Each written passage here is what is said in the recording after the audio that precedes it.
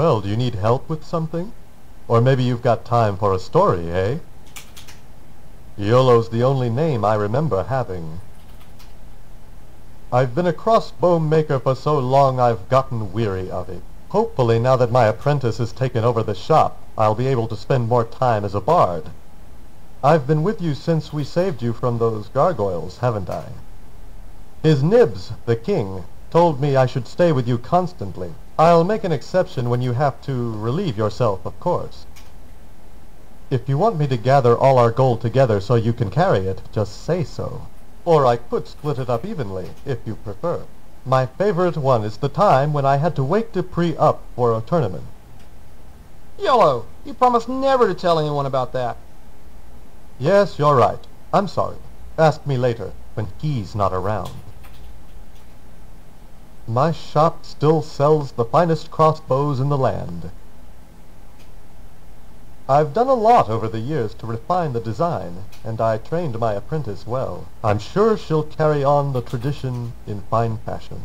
Yes, it's always been a hobby of mine. Have you heard the piece Stones that I composed some years ago? Oh, you should get my wife Gwenno to teach it to you sometime.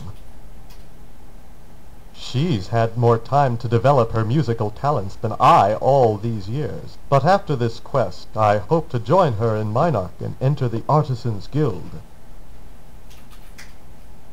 There always seems to be a quest when you come to visit us, doesn't there? Sometime you should just drop by for tea. Not as big as Britain, but it's a peaceful town. Though there is still need for the instruments of war, as I grow in years I would now take up those of peace. All right, make it Fraser's Folly, then. A drink worthy enough to greet an old friend. You know, where Mr. Nose hangs out. Remember, he doesn't like people to call him that. My hut is in the deep forest, south of you. My horse Smith lives there. They're pretty ugly looking, if you ask me. I've still got to tell you that story about Dupree sometime. There is something coming from the west.